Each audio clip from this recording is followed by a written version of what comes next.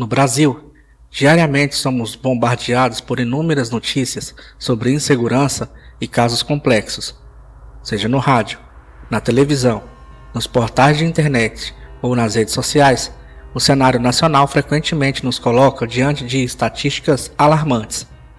Não é novidade para ninguém que, nos últimos anos, os índices de criminalidade e as complexidades sociais aproximaram o país de debates globais sobre segurança pública. No entanto, mesmo em meio a tantas ocorrências cotidianas, existem alguns episódios que se destacam. Casos que chamam a atenção pública não apenas pela sua natureza trágica, mas pelo denso nível de mistério e pelas correntes de interpretação que deixam para trás. É por essa razão que hoje, no canal, nós vamos analisar em detalhes a trajetória, a obra e o intrigante desfecho da vida de Marcelo Agostinho Ferreira. Para o grande público, para os milhões de leitores e internautas, estamos falando de Daniel Mastral. Mastral tornou-se um fenômeno de mídia, durante anos em dezenas de entrevistas e participações em podcasts de grande audiência. Ele afirmou categoricamente ter sido membro de altas castas de organizações voltadas ao ocultismo em sua juventude, decidindo romper com essas estruturas e se converter ao cristianismo. Mas o que parecia ser apenas uma narrativa literária e espiritual ganhou contornos dramáticos fora das páginas dos livros. Muitos pesquisadores e canais da internet apontam para uma sequência devastadora de perdas em sua vida familiar, ocorrida após o avanço de suas declarações e denúncias públicas sobre o universo do misticismo. Um panorama sensível que foi debatido com grande impacto pelo apresentador Rogério Vilela do podcast Inteligência Limitada, em uma entrevista concedida ao renomado jornalista criminal Beto Ribeiro. Para compreendermos um pouco mais a respeito de sua partida, em 2024, que se transformou em uma sucessão de perguntas sem respostas e teorias divergentes na internet, nós precisamos ir mais fundo nesta crônica. Precisamos entender, sob a ótica estritamente forense e biográfica, quem era o homem por trás do codinome. Pode ser que, após a análise dos fatos apresentados nesse vídeo, você passe a enxergar certos fenômenos de comunicação e comportamento sob um novo ponto de vista. Convidamos você a se permitir analisar este caso com sobriedade, distanciando-se de boatos e focando exclusivamente naquilo que consta nos registros oficiais. Mas antes de avançarmos nos detalhes do inquérito policial, considere se inscrever aqui no canal.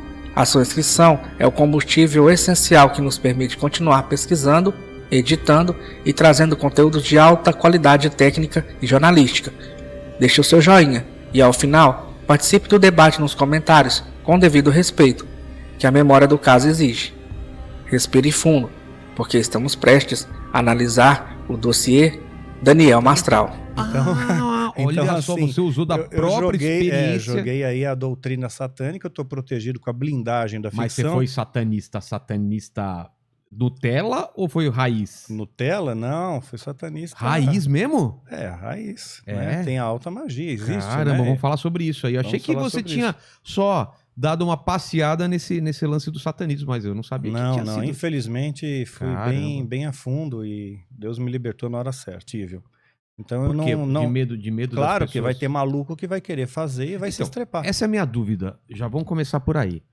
A magia é real? Existe o lance da magia ou o poder de Deus é mais forte do que a magia e impede que a magia tenha resultado? Sempre tive essa dúvida. Uhum. Porque senão, o que eu sempre pensei? Quanto mais a pessoa é famosa e bem-sucedida, mais gente quer ver ela no chão. Exatamente. Então mais gente tá fazendo magias ou desejando... Sim, chama o Exu rasteirinha para derrubar a pessoa, né? E aí? Então é o seguinte, se você tem uma vida reta diante de Deus, está no centro da vontade de Deus, você não tem por que temer. Né? A Bíblia diz que 1000 cairão ao teu lado, 10.000 do outro lado. Mas tem um versículo que eu acho mais importante, que está em Provérbios 26:2, que diz que maldição sem causa não encontra pouso. Mas ele também faz uma alegoria, assim como a andorinha, né? Assim como os pássaros, são aves migratórias. Então a andorinha vai e vem.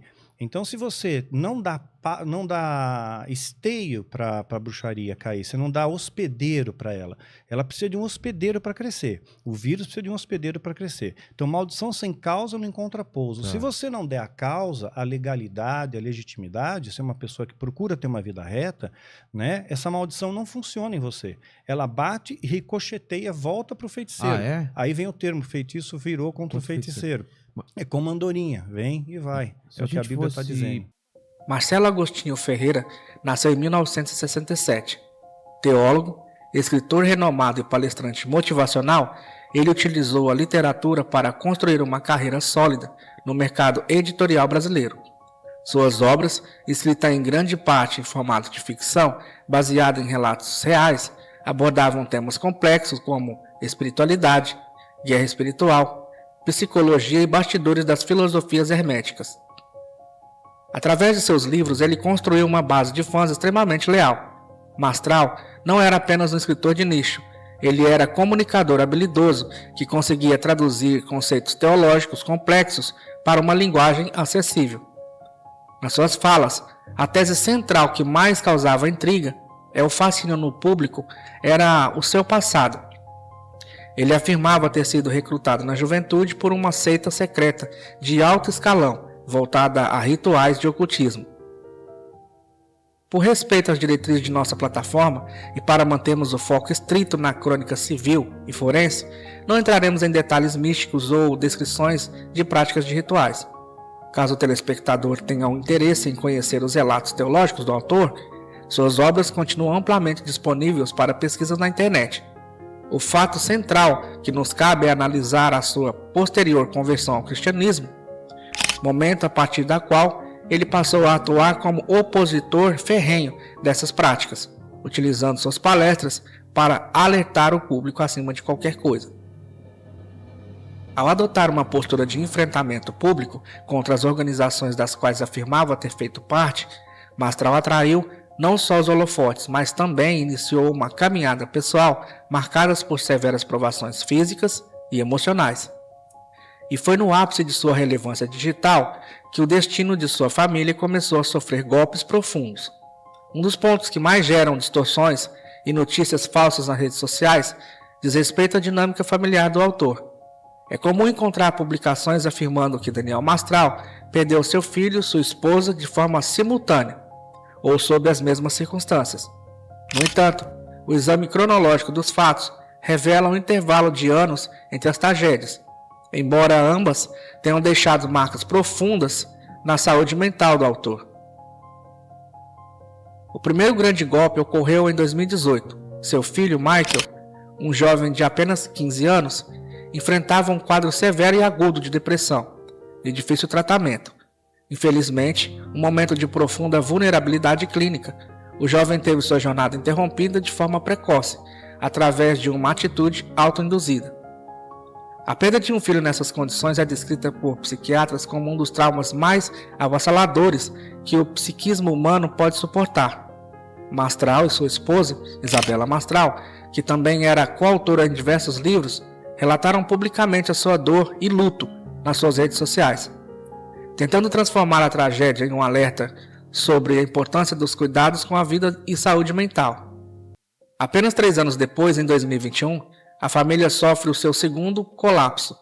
Isabela Mastral, companheira de vida e de caminhada literária de Marcelo, faleceu aos 52 anos de idade. Ao contrário do que apontam os boatos conspiratórios, o laudo médico da época atestou que o falecimento de Isabela foi decorrente a uma parada cardíaca fulminante, motivada por complicações de saúde que vinham se arrastando desde o luto do filho. Em um curto espaço de 36 meses, o autor viu-se privado em seu núcleo familiar mais íntimo. Sozinho, ele precisou lidar com o peso do silêncio em sua residência e com as memórias de uma vida construída a 2 mãos. Eles pegam, se materializam na forma feminina, súcubo, tem relação com o homem, recolhe o sêmen, né? Aí ele se materializa na forma masculina, íncube, né? E vai incubar. Ele vai fazer uma incubação. E aí ele injeta aquele sêmen. Porém, a célula germinativa, ela foi carregada com uma espécie de energia, porque essas entidades têm uma energia, né? Na falta de uma palavra mais adequada, vou usar energia mesmo, né? Então imagina que a energia atômica, ela pode causar mutação na pessoa, né? Em animais e até em árvores, né? Então uma mulher grávida não pode tirar um raio-x, pode comprometer a formação do feto. Então essa energia radioativa pode comprometer, pode deformar o nosso DNA. Então, essa energia dessas entidades, quando eles transportam a célula germinativa, eles corrompem isso e aí vai nascer uma anomalia, né? Não vai nascer um bebê normal, vai nascer os gigantes, que a Bíblia diz que eram varões de grande renome, pelos feitos que eles faziam e tudo mais, né? Então, são alguns feitiços de alta magia que já remontam desde a época da Mesopotâmia, né? Isso é antigo, os sumérios tinham, os acádios tinham, os egípcios, os astecas, incas, maias, né? Machu Picchu. Isso está pelo mundo inteiro. Os caras chamavam de semideuses, né? Devia ter várias denominações. Exato, essa ideia mesmo, semideuses. Filho dos deuses, né? Com as mulheres. Com as mulheres. Chegamos então ao fatídico dia 4 de agosto de 2024. Marcelo Agostinho Ferreira contava com 57 anos de idade. Morador da região metropolitana de São Paulo, o escritor foi localizado sem vida em uma área de mata preservada no bairro Novo de Aldeia da Serra, localizado em Barueri. O cenário encontrado pelas autoridades de polícia civil e pelos peritos do Instituto de Criminalística era complexo. O corpo do escritor apresentava um ferimento provocado por projétil de arma de fogo. Próximo a ele, os agentes recolheram uma arma de fogo devidamente municiada, com apenas um cartucho deflagrado. A área foi imediatamente isolada para que os peritos pudessem coletar vestígios químicos, balísticos e necroscópicos. Após a análise laboratorial e a conclusão do exame de necroscopia, o laudo oficial da perícia técnica da Polícia Civil do Estado de São Paulo concluiu que a causa da morte foi uma lesão encefálica decorrente de um disparo autoinduzido. Legalmente e cientificamente, as evidências físicas colhidas no local do fato não apontaram para a presença ou interferência direta de terceiros no momento do disparo. O caso foi registrado nos moldes padrão para ocorrências dessas naturezas. Mesmo diante da clareza técnica dos laudos periciais, a comunidade True Crime e os seguidores do escritor levantaram uma série de questionamentos legítimos com base no comportamento de Mastral nos últimos dias que antecederam o fato. A principal indagação que ainda ecoa nos fóruns de discussão é: por que uma pessoa que planeja interromper a sua própria jornada manteria compromissos profissionais e pessoais de longo prazo em sua agenda? Nos registros de atividades de Daniel Mastral constavam que ele havia confirmado e agendado participações futuras em diversos veículos de mídia digital. Entre os compromissos confirmados estavam uma nova entrevista no podcast Inteligência Limitada, espaço onde Mastral já havia quebrado recorde de visualizações em aparições anteriores. Especialistas em comportamento e psicologia forense explicam que, em muitos casos de depressão mascarada ou sorridente, o indivíduo tenta manter uma rotina de normalidade aparente até o último momento, como uma forma de gerenciar o sofrimento intenso sem alarmar a rede de apoio. A presença de compromissos na agenda, portanto, embora cause estranheza leiga, não anula cientificamente os achados físicos e biológicos da perícia em campo. Por outro lado, defensores de teorias alternativas argumentam que as denúncias feitas por Mastral ao longo de sua vida contra grupos poderosos do ocultismo poderiam ter gerado uma atmosfera de forte pressão psicológica e ameaças veladas nos bastidores, fatores que teriam potencializado o esgotamento de suas forças emocionais. Como o inquérito policial baseia-se estritamente na materialidade das provas físicas, as conjecturas sobre pressões externas permanecem no campo das hipóteses sociais e na internet.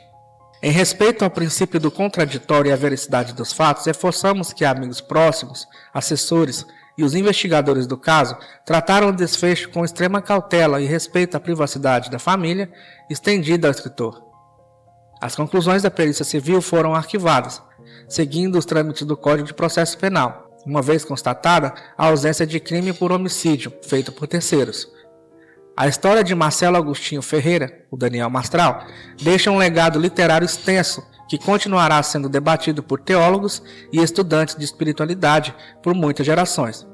Acima de tudo, sua biografia nos lembra da fragilidade da mente humana diante de perdas profundas e da necessidade urgente de acolhimento e suporte médico em momentos de dor extrema.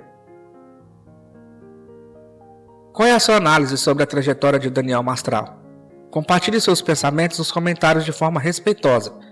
Se você valoriza a investigação conduzida com ética, respeito aos laudos técnicos e responsabilidade jornalística, lembre-se de deixar o seu like, se inscrever aqui no Dossiê Forense e ativar o sininho para acompanhar os nossos próximos episódios.